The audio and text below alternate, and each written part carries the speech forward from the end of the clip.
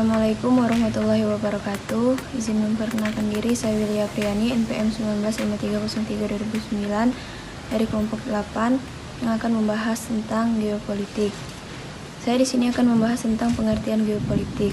Geopolitik secara umum berasal dari dua kata, yaitu geo dan politik. Geo berarti bumi atau planet bumi, sedangkan politik dia berhubungan dengan pemerintahan ataupun kekuasaan.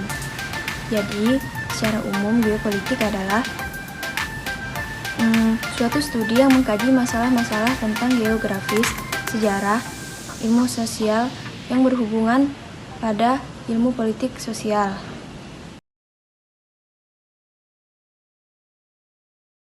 Geopolitik menurut para ahli bermacam-macam pengertiannya. Saya akan mengambil beberapa contoh, beberapa pengertian menurut para ahli. Yang pertama, geopolitik menurut Peter Haggett. Geopolitik adalah suatu cabang geografi di mana bidang kajiannya mengenai aspek ruangan pemerintahan atau kenegaraan yang mencakup hubungan regional, internasional, dan pemerintahan yang ada di muka bumi. Sedangkan pengertian geopolitik menurut Karl Haushofer yaitu bentuk politik geografi yang menitik beratkan persoalan strategi perbatasan, ruang hidup suatu bangsa, tekanan rasial, ekonomi, dan sosial sebagai faktor yang mengharuskan pembagian kekuasaan dunia. Sekian dari saya. Kurang lebihnya saya mohon maaf. Wassalamualaikum warahmatullahi wabarakatuh.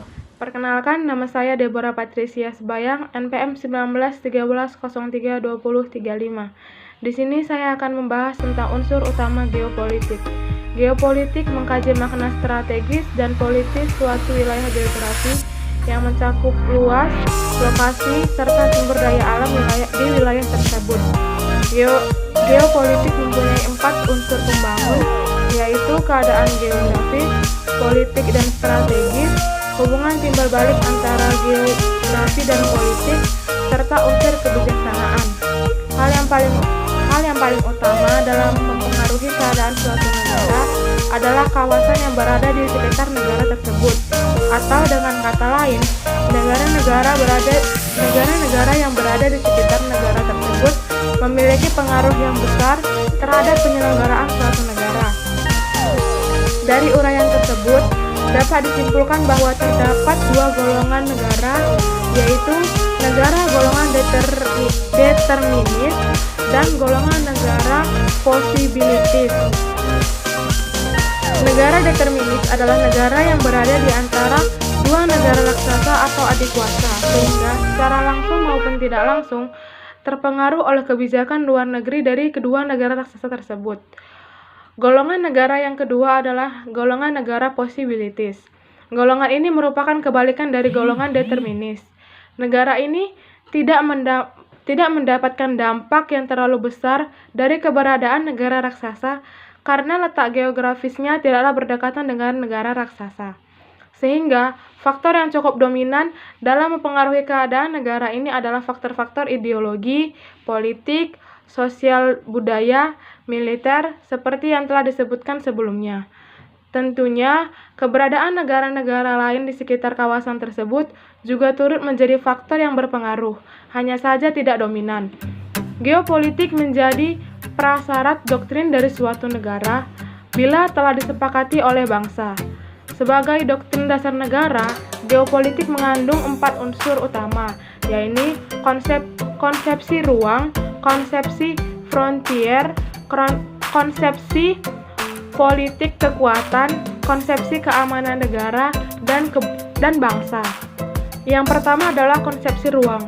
Konsepsi ini diperkenalkan oleh Karl Haushofer yang menyimpulkan bahwa ruang merupakan wadah dinamika politik dan militer. Teori ini disebut pula sebagai teori kombinasi ruang dan kekuatan. Yang kedua adalah konsepsi frontier. Frontier merupakan balas imajiner dari 2 negara. Frontier terjadi karena pengaruh dari negara di luar boundary atau batas resmi dua negara. Sifatnya sangat dinamis dan dapat digeser-geser dan berada di antara masyarakat bangsa. Secara politis, pengaruh efektif dari pemerintah pusat tidak lagi mencakup seluruh wilayah kedaulatan, tapi dikurangi luas wilayah sampai dengan batas frontier yang sudah dipengaruhi kekuasaan asing dari seberang boundary. Yang ketiga adalah konsepsi politik kekuatan. Politik kekuatan menjadi salah satu faktor dalam melaksanakan konsepsi geopolitik yang terkait langsung dengan kepentingan nasional. Sedangkan kepentingan nasional harus kita pertahankan demi tercapainya cita-cita bangsa dan negara. Untuk dapat mencapai cita-cita tersebut, hendaknya dilandasi atas kekuatan politik, ekonomi, dan militer. Yang keempat adalah konsepsi keamanan. Pada saat ini, konsep keamanan negara yang telah dikembangkan pada umumnya adalah konsep pertahanan nasional. Ini dikembangkan pula konsep daerah penyangga yang dapat digunakan untuk menghadapi ancaman fisik dari luar. Dalam upaya keamanan negara dan bangsa, semangat kesatuan dan persatuan menjadi salah satu kekuatan untuk menghambat datangnya ancaman dari luar negeri. Terima kasih. Tujuan wawasan Nusantara sebagai geopolitik Indonesia. Yang pertama, seperti yang tercantum dalam Undang-Undang Dasar 1945, yaitu untuk mendukung segenap bangsa dan untuk mewujudkan kesejahteraan umum, mencerdaskan kehidupan bangsa, dan ikut melaksanakan ketertiban dunia yang berdasarkan kemerdekaan, perdamaian abadi, dan keadilan sosial. Yang kedua, perwujudan suatu kesatuan segenap aspek kehidupan baik sosial ataupun alamiah dapat disimpulkan dengan tujuan bangsa Indonesia untuk menjunjung tinggi kepentingan negara serta kepentingan kawasan. Selanjutnya yang ketiga, terjaminnya kepentingan nasional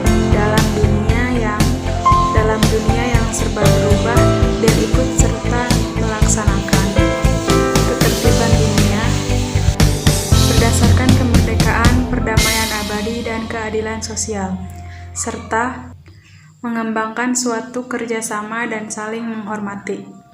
Yang terakhir, menjamin perwujudan persatuan dan kesatuan segenap aspek kehidupan nasional, yaitu politik, ekonomi, sosial budaya, pertahanan, dan keamanan. Assalamualaikum warahmatullahi wabarakatuh. Nama saya Citra Dasarian, PNS 1913/9.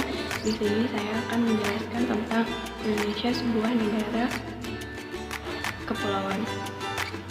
Yang pertama, pada zaman kolonial Belanda. Pada zaman kolonial Belanda, wilayah Indonesia hanya berupa wilayah darat saja, sedangkan wilayah laut teritorialnya tidak pernah diukur.